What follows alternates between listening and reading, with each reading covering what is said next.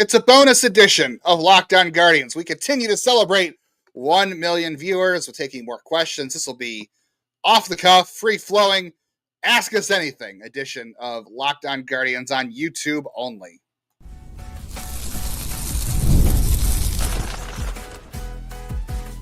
You are Locked On Guardians, your daily podcast on the Cleveland Guardians. Part of the Locked On Podcast Network, your team every day. Welcome on into another live edition of Locked On Guardians. Thank you for all jumping over here from the original stream to the new stream. This is just, we don't have to do any ads here. This is just free, fun, flowing for us. So we'll take any questions. We'll just talk ball. We'll have a lot of fun.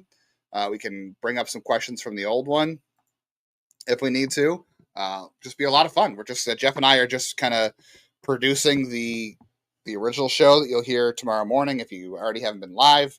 We're just putting that up for anybody who wasn't tuning in. So we'll just take any questions while this is that's going on. I guess we'll go then with we can answer some other ones too from the last show. Sam's Train World. When do we think Bazan gets called up to Cleveland, before or after the All-Star break? This is pretty clear. It's not going to be before. I don't think there's any chance it happens before. He would have to go on one of the greatest heaters of all time to be called up for before the All-Star break at this point. With I'm not expecting before September. He did. Yeah, with multiple injuries. Like Juan Brito might be back, before that. So you just never know. I'd like to see it sooner, but he also has to work on things. Like he's not like, I don't think it would be good for him to be called up right now anyway. So, I don't think you want Bazan up right now because I actually don't think he's ready. As much as I love Travis Bazan, we all love Travis Bazan, he's definitely not ready right now. So, not really. Yeah, he's a platoon bat at best right now. Like that's the thing. When you look at his stats, it's like a lot of his stand out for why like he had quote unquote struggles, which is basically his struggles are not, absolutely destroying baseballs, like just being good and not great, are because he's really struggling against lefties in the early going. Yeah. Yeah, he definitely is. Here's one from CJ. Feel like Cleveland pitchers have made questionable choices when it comes to sequencing. You put any of that on catchers?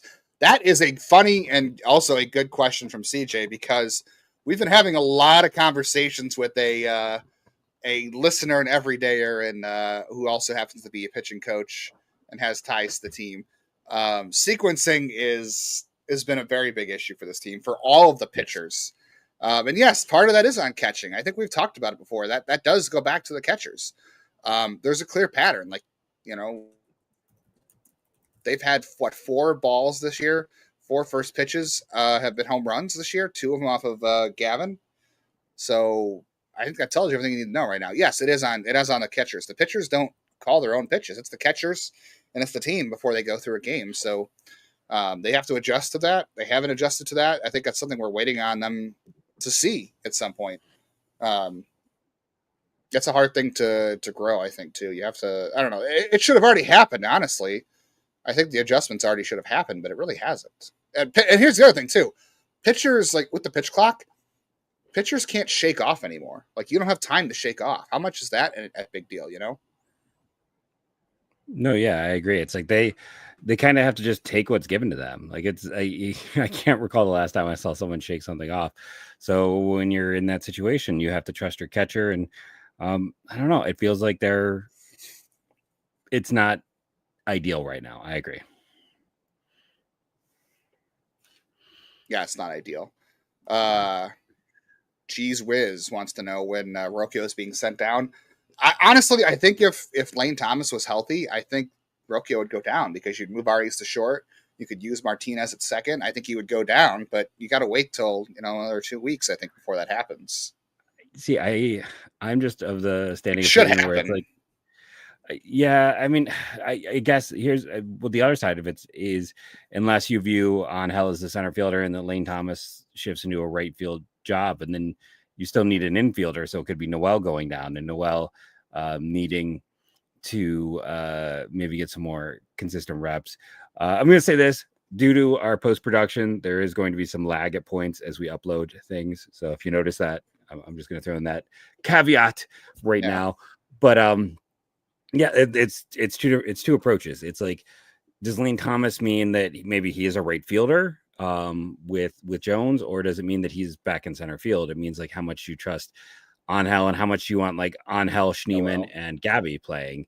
So it's like, is it Rokio? And the other problem is if you send Rokio down, you really need a left-handed infielder, and they don't have a good option. So does he just move to a full-time backup role? Does he, move into one of those 20 to 30% roles?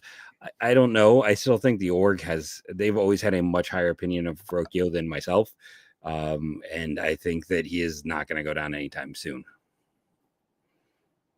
You know what's crazy about that is how many years did this team collect middle infielders post Lindor? Even during Lindor's like time here, they had Rokio, they had Aaron Bracho, they brought in Arias, Gabriel Rodriguez. The first Gabriel Rodriguez was part of that grouping, right?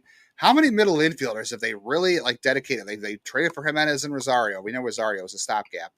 But like, think about all the shortstops they acquired, all the second basemen they acquired. Bracho was signed as a shortstop, but there's Bracho, there was Rokio, there was Arias, there was Martinez, there was Rodriguez. They put a lot of resources into their middle infield bucket during Lindor's time here, knowing they were going to lose him, and just trying to take. How have you not mentioned Yu-Cheng Chang? Because Chang was here before Francisco Lindor, wasn't he? No, he was. Chang was here before Lindor. Was he? I think he's after. No, because Chang was here when there was like nothing in the minors. Yeah, because it was when Lindor was hurt to start. Was that like 2019 or so? And we had Moorhoff and Stamets. Chang was still hadn't. He was hurt in AAA. So it was So Chang was after Lindor because that's that year that Lindor started hurt and missed like the first month. Oof. And Chang was also hurt, so that's why we instead got Stamets. Nice. See, and I just want to point out Stamets and Max Moorhoff. Wow. Yeah. Things I don't want to remember. Here. No, nobody does. Like, here's the thing: like the playoffs are great and all, but he was only hitting when no one was on base, which was interesting. When they had guys on base, he was not productive at all in that series. And two, small sample size. Like we can look at that. That's why we talk about the value of a larger sample. It's like guys have hot streaks. We didn't really get a chance to talk about in episode 1. It's like someone I know had a question about like whose hot streak is more sustainable, like Arias or Schneemann, to which my answer is neither, because they're both rocking really high BABIPs, but I'll say Arias is a little more sustainable because his WRC plus is not as ridiculously high as Schneemann. Schneemann's going to, I think both guys have a chance to be, I think Gabby can be a regular. I still think Schneemann's probably more a super utility type, but that's the thing, you have a few good weeks and you look at the other 500 plate appearances for Rokio in the big leagues and it's been poodoo. yeah, it has been. What other questions we got to pull through here? Let's see. Jeff, we need a FanDuel prop bet on mutes for you. We need to figure out how many over-under on mutes per show on FanDuel. I think we can do that every night. I'm going to say 2. I'm going to say the over-under's got to be 2. I'm hoping that my coughing, now that I'm, I had one of my students yesterday goes, wow, you haven't coughed yet today. And I'm like, well, hopefully God. everything going on with my doctor is I'm going to be a little bit better and it's not going to be so incessant and I don't have to mute myself as much, but maybe I'm just hopelessly naively optimistic about the healthcare system. Yeah. Eric is going to the Ducks game over the weekend looking for under the radar players. As far as under the radar, like, you know about the Ingles, the Bazanas, Magnus. There's Watson. Magnus Ellerts, we love Austin Peterson. It's not a great. I mean, Zane Morehouse is interesting. That's about it. It's not a great roster in Akron right now for guys that are under the radar. I would say it's the guys you know about. Denholm got sent back down there, so not. Still like to see him. Here's an interesting comment from. I know. Here's an interesting comment from John because we got a lot of comments about this the other day. It was, when are they going to pull the plug on Logan Allen and give Cantillo a chance to start? And I said that weeks ago, and then Logan Allen went out and proved me wrong, proved me stupid, pitched a good game. We had a lot of people in our comments on Thursday, Jeff, saying that we did Logan Allen dirty, that that he actually had a good game in Washington. He's been good overall, good this year. So I don't know. That's a really good question. I don't know how long the plug is with Logan Allen. Like, they'd have to send Cantillo down to stretch him out at this point. You'd have to set him down. So I don't know. I think they're going to stick with him at least for the rest of the month, and it sounds like they're actually happy with what's going on. So yeah, I think it's more a matter of like either guys getting healthy, or if it's someone like Messick just makes it where clear. Because the one thing you'll say about Allen is it's a little bit smoke and mirrors, and it's also he's not going very deep. And I know people get tired of us talking metrics, but like every supporting metric screams luck, and which there have been articles in the past that show the degree of sometimes lefties with like more deceptive stuff can be more effective, but I don't think I want Logan Allen to be a fifth starter. God, that would be great. I would love for him to be who I thought he was when he was coming up. I just haven't seen a guy that gives me confidence in that being a consistent major league starter yet. Yeah, I mean, one time I thought he was going to have like not Shane Bieber level command, but like close enough. So it hasn't been there. I don't know how when you give up on him. Alex wants to know if there's any validity to send Noel down to get at bats every day so he can try to get locked in. I mean, you could. He isn't really playing that much. He is a nice guy to have like on the bench for like immediate power, because we've seen him do that before. I like having him there for the immediate power, but it probably doesn't help him to get into a groove to be on the bench all that long. He's a young player with a very complex swing in terms of his approach and all that stuff. So I think him being on the bench probably doesn't really help him very much. But who's the better option? Like, let's say you send Noel down right now. Who are you bringing up? Is it Jonathan Rodriguez? Because Rodriguez is going to do the same thing that Noel's doing. Honestly, like you're not going to get a difference. So if you send Noel to AAA, who are you bringing up? Like Alex, feel free to respond or two, and anybody else. But I don't see a good option if you send Noel down. Like what's your replacement? You can do it when Lane Thomas comes back, I think, but right now, what's the best option? I mean, it might be better for Noel to play in AAA every day and try to work on some things, but who's replacing him? Is it maybe PD Halpin? I mean, I know Halpin isn't hitting, but if you want someone who gives you some speed and some defense and can play three spots, which now you could argue they don't. He's left-handed. No, I know. I'm just trying to throw things. I know people keep bringing up Kafis. Like, it's way too early for Kafis. It's too early for Kafis. And the other thing we have to point out with Kafis is he did this last year and then hit a brick wall in the second half. Like, there are those guys who play well. We know what happened in the second half, though. He got hurt, and he also wore down. He lost a lot of weight during the season. Yeah. So he wore down and he started facing better pitching. Like, he's a guy who he's a good prospect. Don't get me wrong, but I don't think we're going to see Kafis. I would be surprised if we see him this year. I don't know. He played right field again today, and he actually had a nice catch in right field. Like, I'm not saying he can't play the position, but like we know how this. It's the same thing we talked about in the offseason with like Messick too, where it's like we know how this organization rolls. Like they tend to move slow, and they've got guys they like in front of him. Like we were likely to see a Halpin. They put Halpin on the 40 for a reason. Like I know he's a lefty, and that's not what they need, but like Halpins and DeLauters and people like that, and they're going to give Jones, and they want to give Noel runway as well. So I think, there's also a world where what you talked about in this offseason is true, that all of this is just to build up trade value. Yeah, there is that for sure. I don't know how much he's really going to have not playing every day, but. Well, I meant with Kafis. Oh, with Kafis, they meant Noel. Yeah, with Kafis, no. I mean, there is that, but I don't know. Like, I also, you don't have things secure in right field. He can be an option in right field or even left field because God only knows what's going to happen with Quan. So, I would be very cautious about that, even though I thought that was true. So we roll into this one from Kevin. How will the Lane Thomas, Nolan Jones, Noel playing time get carved up when Lane is back? I think Noel does go down when Lane comes back. To be honest with you, I think that's the 100%. move. Yeah, I think that's so you don't have to worry about that right there. Second Cantillo question: how long keeping him in the pen begins to hurt his long-term viability as a starter. I don't think it does. I mean, all you have to do is stretch him out. Like you have to go through and get him to stretch out again. I don't think it's going to hurt him. Guys have gone back and forth before. Now, when you do it in season, it's hard.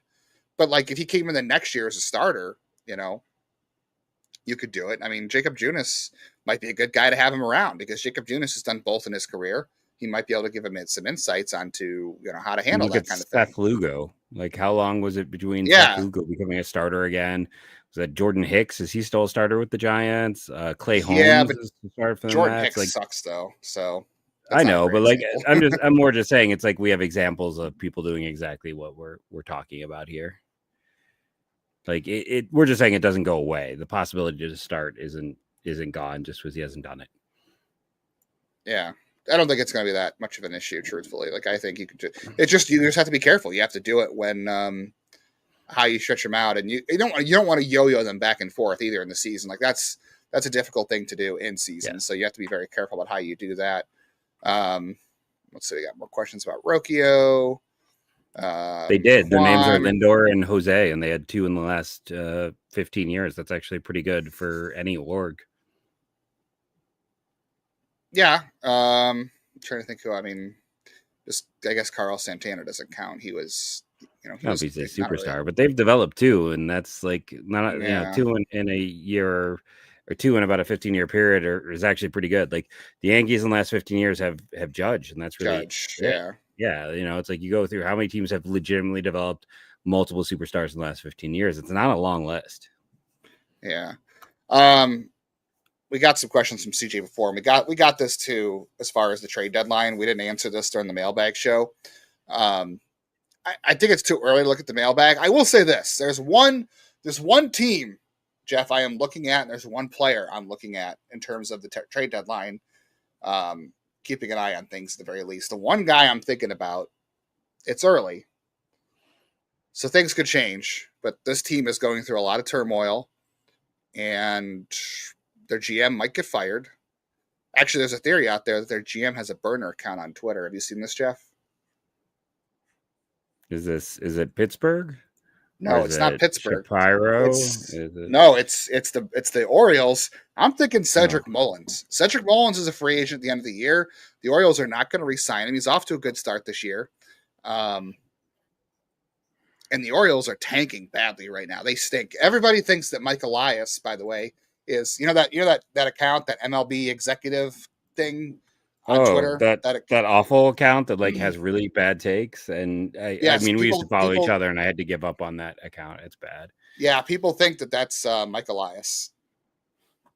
No, it's not. The takes on there are outdated and silly, and they're not current takes. And Elias is the king of recent data.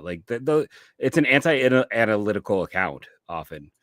I don't think. A lot of people think it's him. He's ripped the Yankees. He's ripped the Yankees, and he's defended Jackson Holiday. Of people do. Yeah, but I don't know. I'm looking at Cedric Mullins and the Orioles. I think it's too early for a lot of that, but I think it could be interesting. I think they're going to be in a situation where they're not going to sell. I think they've got some guys who can potentially turn around, but I also think there's going to be pressure to get better, not worse. It's a new owner, a new situation. They did the worst. I'll say this. If you have money to spend in free agency, you do not take the Orioles approach. Never, ever, ever take the Orioles approach. Free agency, first off, is a sucker bet. You don't want to spend unless you can buy at the top of the market. So you go after the top of the market and sign those guys. And you don't do what they do, which is sign a bunch of guys in the middle area. You either go for cheaper deals for solid, steady players, or you go at the high end. And they spent $40 million on the middle of the market, which is what you never, ever want to do. Yeah, never go full Orioles. But now they're in this situation where they've been, kind of a disappointment. You have a new owner there.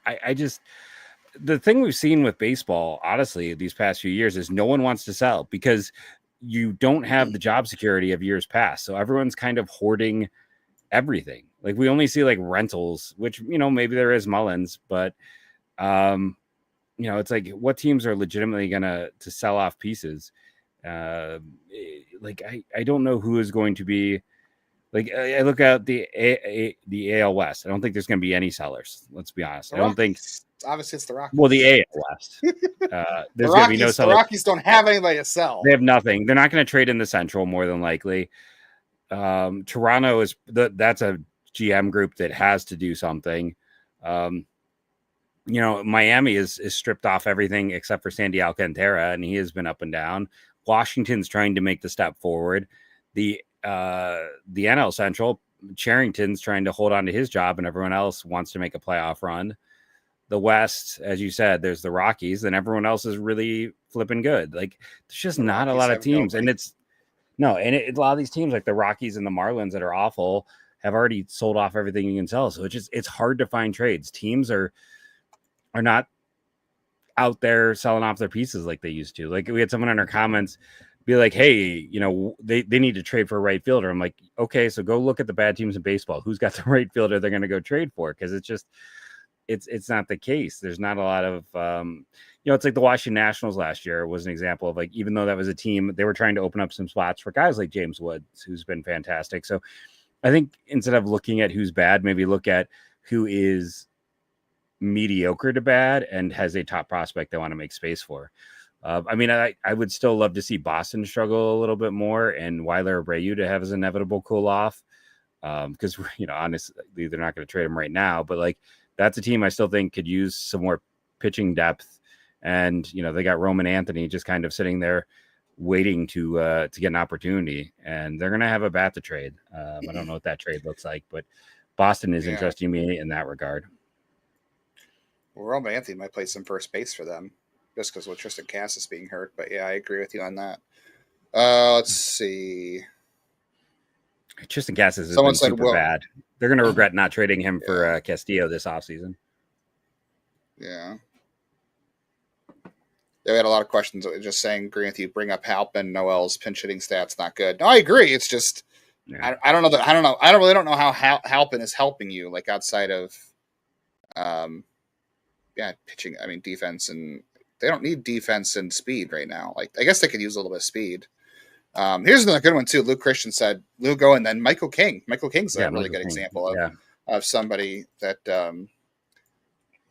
that was in the bullpen and has gone back and forth. The Yankees have done with a couple guys too. So yeah, I think it's possible. So I'm not worried about Cantillo at all when it comes time to that. Who leaves the organization first? Noel, Fry, or Rodriguez? They all occupy a similar role. Well, Fry's not going anywhere. So I can eliminate Fry from that one. Yeah, I think it's Rodriguez. I think it's really telling. I know a lot of people are like, well, bring up Rodriguez. Why not? And I'm like, well, they clearly don't think much of him because, they could have easily replaced him with Noel, and they haven't done it. So that just tells me that's how they feel about that. Well, so I think they've pretty much telegraphed how they feel about Rodriguez by not giving him an opportunity. I see a question I have to take. Okay. What do we got? This one. This is so okay. So in recent mocks, everyone's dropping theirs. Keith Laws is, if you don't have anything nice to say, don't say anything at all. Keith is an original. He has some interesting thoughts, but things go against type. Here's the thing. Max Leyu is not a Guardians type at all. Bob Nightingale is, if he did it, doesn't know anything about the draft, and I would never use them. It wasn't. I don't know who it was then, but I don't know. It's a terrible pick. It makes zero sense. He wasn't good in the Cape. The Cape is more important than the season. He's got a lot of whiff in his game. He is the antithesis of a Guardians type of guy. He has missed time with injury, which is about the only Guardians thing about Leyu. He's not going to go in the top 30 picks. He has some power, but he's not particularly good. He was bad in the Cape. It's a terrible pick. It doesn't make any sense. Was it MLB.com had Ethan Conrad, right? That makes a ton more sense. Yeah, Pipeline had Ethan Conrad, yeah. Yeah, it's like I'm still on that one, yeah. Yeah, and Keith had Charles Duvallin, who had a mediocre Cape at best. That's not really their go-to. They go for guys who dominate the Cape. They go for guys who excel there. So, like, I mean, Keith Smock had a bunch of like, hey, I know Atlanta hasn't taken a hitter since 2019, but I needed to fit him in. And it's like, you never want to read that type of logic in a mock. Yeah. Like you want to follow tendency and stuff like that. So I yeah, that's a bad one. If you want injured outfielders, Cam Camarilla and Ethan Conrad really make the most sense to me. I thought maybe Kyson Witherspoon, but it's very clear he's not getting down that low at this point. So definitely not. No. Again, I just don't think Pittsburgh. I know we had Brian Reynolds in a comment. Someone else bring it here. Pittsburgh is a team with a GM on the hot seat. Those guys don't trade their performers. They need to try to show improvement to save a job. There's the Pittsburgh media is really going. Well, their manager's already been fired, so I know. But is the GM next? I mean, that's in his press conference was a mess today. I read Dean Kojovic. Is that his name? I know you and I both like him. Dejan Kovac. Yeah. He had a really, a brutal take on that whole situation, and I think Sherrington's had a lot of run there without a lot to show for it. Yeah. I don't know who Gabe Lux is. Who did that's not a name I really know. So. I don't know that one either. No. Yeah. Free agency is a crapshoot in MLB. It is. It's when there's Juan Soto's and there's Corey Seagers and there's Aaron Judges. Even Aaron Judge, I don't know, scared me a little bit. Those guys, when they hit free agency, are like Manny Machado. Manny Machado and Bryce Harper hit free agency at young ages, and Lindor would have too if he didn't sign an extension with the Mets. Those that's what Jeff was saying. Like you can buy into those types, even though I will say Machado has not been all that great. He's been good, but he's had some struggles. Those are the guys you want to buy in on, not we've seen the Josh Bells, we've seen the Mike Zaninos and then what the Orioles are doing. Yeah, it's definitely a mess. Yeah, Anthony made a good point too. Skeens must want out yesterday. I bet you Paul Skeens does want out. I bet you he does. Yeah. I wouldn't be surprised if next offseason we're talking about about him being traded. Would you be surprised by Paul Skeens' trade talk next year? Well, there'll be trade talk, but they're not going to trade him unless he somehow could force their hand. There's no way you give up on him. So I agree. I would pay a hefty price for O'Neill Cruz as well if that falls apart there. But the thing is, there was an interesting O'Neill thing Cruz that wants out of there. He wants out of there. There was that in that same piece by Dean that he was saying that he was told that the analytics department had to sell Skeens to Cherington, that he did not want Cherington at all, or that Cherington didn't want Skeens, that he wanted a hitter. Yeah, that he had to be. That's insane. So I was like, well, I mean, was there really a bad pick that year? No, I mean, I'll say at the same time, I think I went Cruz. I mean, I had it wrong. I had the complete wrong order because I had Cruz, Skeens, then Langford. So I mean, I'm no one to talk, but I'll also say I'm one person and I don't have the advanced data the teams had. That might have shifted. I have that was the last class that I had no access at all to advanced data. Since then, now I can get things like Chase and stuff that gives me a better picture. But I feel like if I'd had that information, that might not have stayed that way.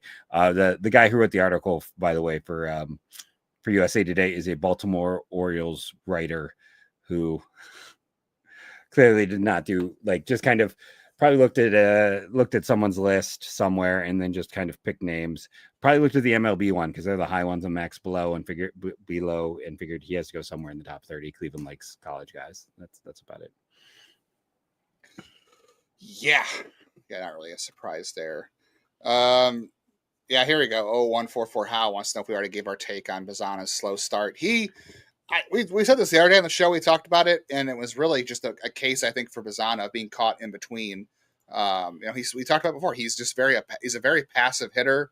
I think he often looks to get the perfect pitch too often and doesn't actually make a lot of strong, decisive swing decisions. He's gotten a little better lately, I will say. And he had a good game, obviously, on Thursday night. We talked a lot about that, too. He's just got to be a little more aggressive, and he's caught in between. So I think that'll work itself out. I really do. And the other issue, too, with him is platoons. He's having a hard time with left-handers, yeah. Yeah, that is. Wow, I didn't. This is stat. Chris Rose did a nice spin on the Pirates. 4 seasons of 80 or more wins since 1992. Whenever a Guardians fan complains, we should bring that up for a team that has been as good as Cleveland has been over the, and that's, the one listener is like, why haven't they developed a superstar since then? It's like, well, Lindor was a top 10 pick. This team has had two top 10 picks since Lindor, right? Because it was Clint. Is that true? Yeah, I think when Lindor, then went Clint Frazier, and then it was Bazan. Like, they really have not had the chance to get out there, and their whole approach in international, market is to spread it around. And it's always interesting how quickly things change. Like, think back to a few years ago when you and I are like, man, is Ethan Salas the top prospect in baseball? And now Ethan Salas isn't even maybe the top catching prospect in his org. It's all very hard. It's a situation you really have to trust your scouts, your development, and all aspects of it. But yeah,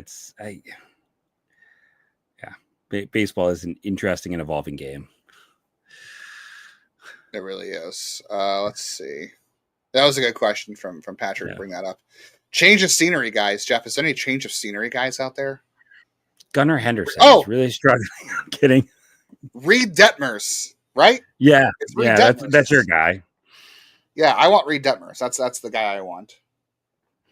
Yeah, I'd have to go look a little bit further. Like, I want to say someone from Atlanta, just because they've had their, I feel like they owe it after kind of robbing Cleveland of players that they should have gotten from the A's by convincing the A's to take their trash for all-star talent. But I don't know who's struggling with the A's right now, or A's with the Atlanta that is a buy low candidate.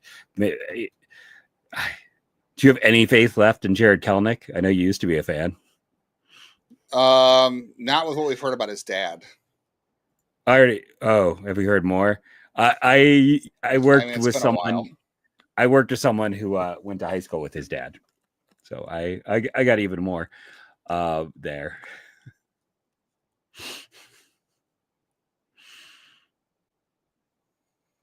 Yeah, we had somebody in the actual live show that asked about Ethan Hankins and Carson Tucker. So I've kind of spilled the tea to some degree on Carson Tucker. He didn't show up to spring training last year. That's the Carson Tucker story. He just didn't show up. Like, he got let go because he essentially quit. Yeah, Carson Tucker just didn't want to play baseball anymore, and that was that. Yeah. Ethan Hankins, I know it's been talked about in the Reddit about him an altercation with a coach. And making threats, right? Like, there were threats were made with a coach. So that's why no one, that stuff filters out quickly. That's why no team, in spite of the arm talent, went anywhere near Ethan Hankins, as there were, by reports, threats made against a coach. He's in India. Threats made against the coach. That's what it was. Yeah. How close are we to getting Matt Olsson? The Guardians thought they were going to get Matt Olsson. They really did. They thought they had a deal for him. Yeah. They also thought they had a deal for Sean Murphy, too. The Guardians thought they had a deal for both Sean Murphy and they supposedly had a deal at the deadline, and that was that one year where, like, they did nothing at the deadline. They were so focused on Murphy, and then that was the offseason. They thought they Murphy, yeah. Olsson, they thought they had coming out of the lockout. Yeah, they did. They thought they had the deal in place, and then Atlanta just came in and convinced them. And with Murphy, they thought they had an off-season deal or an in-season deal. They thought they're going to get him at a trade deadline, and Oakland just was like, we're going to wait till the off-season, basically. Like, decided they weren't going to trade him. And I mean, since Oakland got nothing for Sean Murphy, like, Ruiz is now a Dodger, right, or something like that. Ruiz. Yeah, Oakland made two trades that just absolutely were horrible. I can't believe their GM still has a job. And they've had years of bad drafts. Like, don't go look how the younger Naylor is doing. Like, it's for a guy that no one thought was a first round pick to go and jump him as a first round pick. I mean, I'll say this: Langoliers has at least the last 2 years been a solid catcher. Like, they got a solid catcher out of it, which isn't a hard thing to find. But man, to trade Mhm. 2 guys like that and all you have is a solid catcher to show is pretty darning. It's bad. It's bad. Jeff, I've got everything done on my end for the show if you need it for the regular Okay, I'll show. grab it. Yep. In the meantime, CJ's asking about the Central. Do we think it's better than we think? Or do we think August play the White Sox too much? The Central's better than you think. I mean, the Royals kind of got off to kind of a crappy start, but they've improved lately. The Tigers are obviously really good. The Twins, I don't know, man. The Twins are a weird team. They are almost 500, I will say. The Twins have crept back up lately, so I wouldn't really fold up shop on the Twins just yet for the year.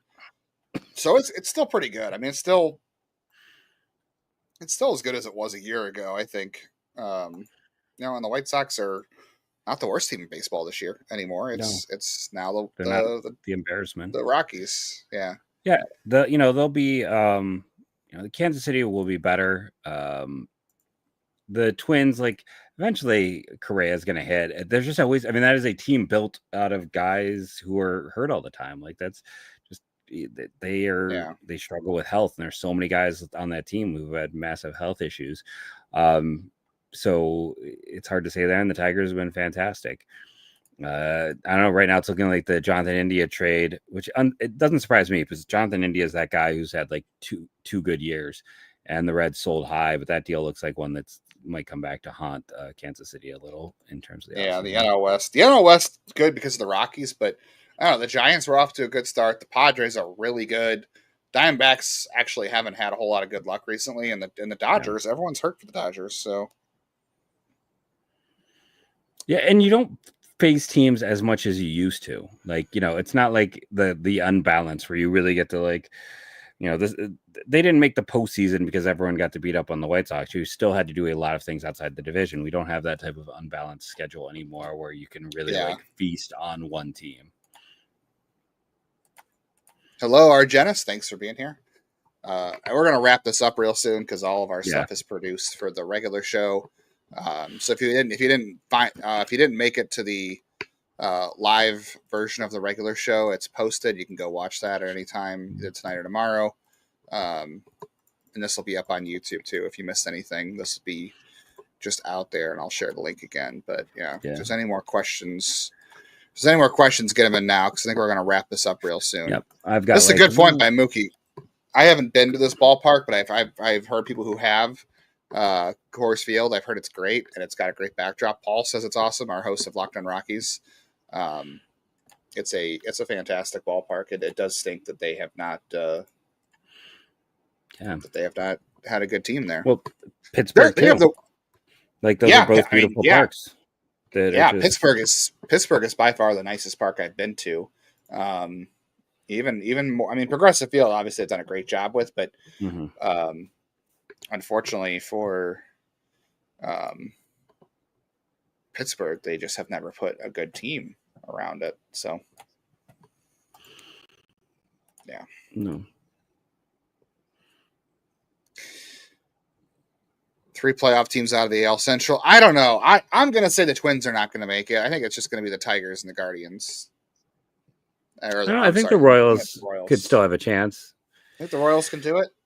I mean, they got pitching that'll come together. I still like their bullpen. I know Carlos Estevez is not been great either. It's another closer who's had some issues. Every closer's having issues this year. It feels like. Yeah. I mean, Devin Williams for the Yankees. Yeah. Thanks, Matt. There's 1 million. We really appreciate that. Great article on Fangraphs about Clase and some of his struggles. I highly recommend it. I think it's a really interesting read, by the way. Yeah. Is expansion happening the next CBA? I think so. I think Major League Baseball wants to. They have to find the right. They have to find the right area. They have to find. I think. I mean, Nashville's got that group. I think Nashville, but I think they want to get. I think you got to do it with 2. So the question is, where does the other team go? But I think Nashville definitely has a chance. I brought up Portland before, but someone said Portland won't ever support it, and it'd have to have a dome because of the how much it rains out there. So I don't think that'll ever happen in Portland. I don't know. That's a good question. I Major League Baseball is going to push for it, no doubt. I just really wonder if that'll actually happen. And it's that thing that's easy to do because players will like it too because it means more jobs. So like you can more money because it's more money for everybody too. Yeah, I would like to see Montreal get a team back. Yeah. I would that would be awesome.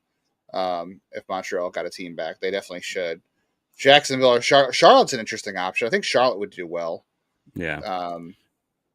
I think Charlotte, but that's two East Coast teams. If you bring in Nashville, you have to have a West Coast team because they're technically an East Coast team. So at least they would be. I don't know. You couldn't. I mean, you couldn't do. I don't think you could do Montreal and Nashville. I would say maybe you could do Montreal. The biggest markets without a baseball team are Orlando, Florida, San Antonio, Texas, and Austin, Texas. Austin, they can't do because it's too close. There's no way it's close. It would be too close. San Antonio, Indianapolis, Jacksonville, technically Columbus, Austin, Memphis, Charlotte. I mean, Columbus is outgrown Cleveland. Yeah, Louisville and Nashville. Argenna said New Orleans. I mean, fun fact: the Cleveland Indians were almost the New Orleans Indians. They almost got moved to New Orleans. If talk about one that would need a dome. New Orleans, yeah, would not be good. Yeah, Orlando might grab the Rays for sure. Playoff. Here's a good question from Alex. Playoff rotation. Jeff, give us your playoff rotation right now. Bieber, Tanner. Sorry, everyone. I still don't trust Ben Lively as a playoff starter.